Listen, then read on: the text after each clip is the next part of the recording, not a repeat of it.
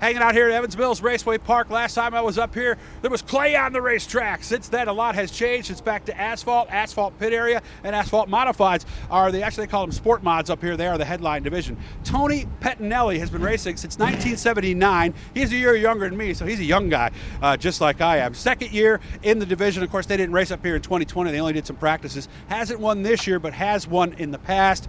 How you doing, man? Not bad. How's it been going on the track with your sport mod here at Evans Mills?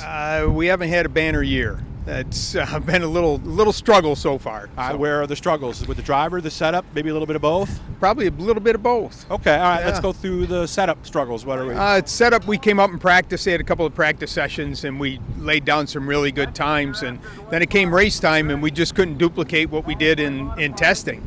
So we're working on it. We finally made it a little better last week, and then had a tire go away on us real early, and it just turned to crap. So. All right, you guys ready? Okay, all right, he's got some fans here. All right, let's hear you guys. Make some noise.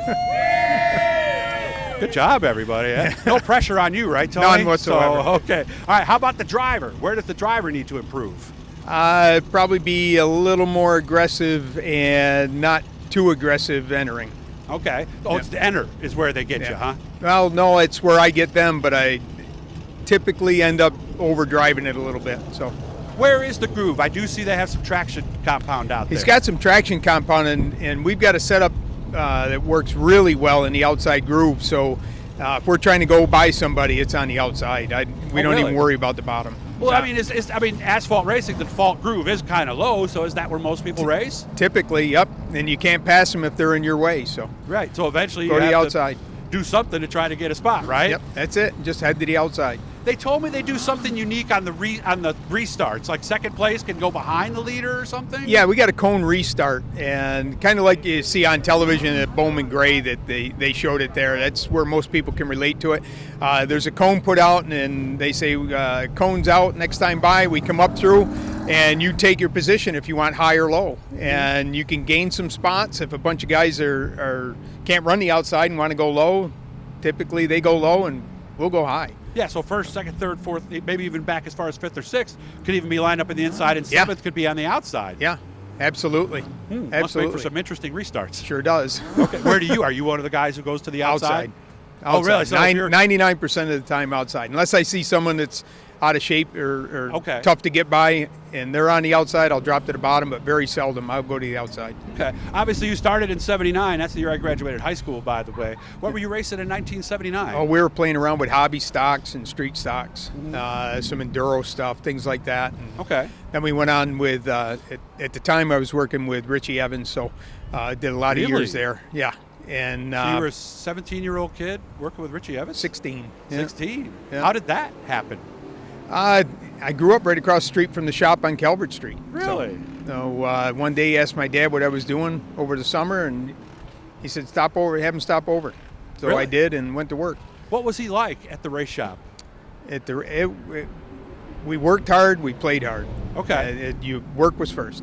Well, one thing I learned early in this game is if you're a race car driver and you want people to work on your crew, you better be somewhat of a nice guy, and you almost have to be a teacher in the shop. Was that Richie? Yes and no. Okay. I think I got fired 3 times, but never left the shop. So. Okay. Why'd you get fired? Who knows? Oh, okay. Just some little thing at the time. But the firings never stuck. No. Okay. No, not with me. Is it safe to say then, without meeting him, you wouldn't be standing here in this suit today? More than likely. More than likely not. Yep. Were you always in stock cars, or did you race a bunch of different No, we asphalt raced, stuff? besides the cars, we raced snowmobiles a lot. So that's right, because I met you at that booth when they had that. Correct. What did they call that snowmobile? The Outlaw 600s, but we ran everything from Champ class, which was their premier class, to the vintage. We go for the World Championship out in Wisconsin. We've raced here at Evans Mills.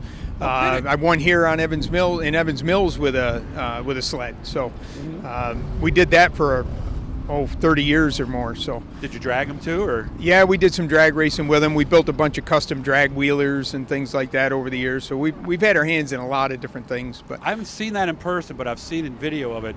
Those look like crazy people that do that snowmobile drags. I mean, you don't have any cage around you or anything, and you're going pretty darn fast. You don't have much more in the pocket watch to protect you, so yeah, that's it. Yeah, but grass, primarily, or do they race them on snow too? No, we did ice and grass on the drags, and then on the ovals it was all ice. Okay, Tony's got to go. They just called him up, so I'm going to let him go. Tony, great to meet you. Hit that blue E, guys. That'll subscribe you. Let you know every time we're talking to somebody cool. Great to meet you, and I hope you have fun. Maybe I'll see you at the end of the night. Take care. Thank you, Tony. Bye.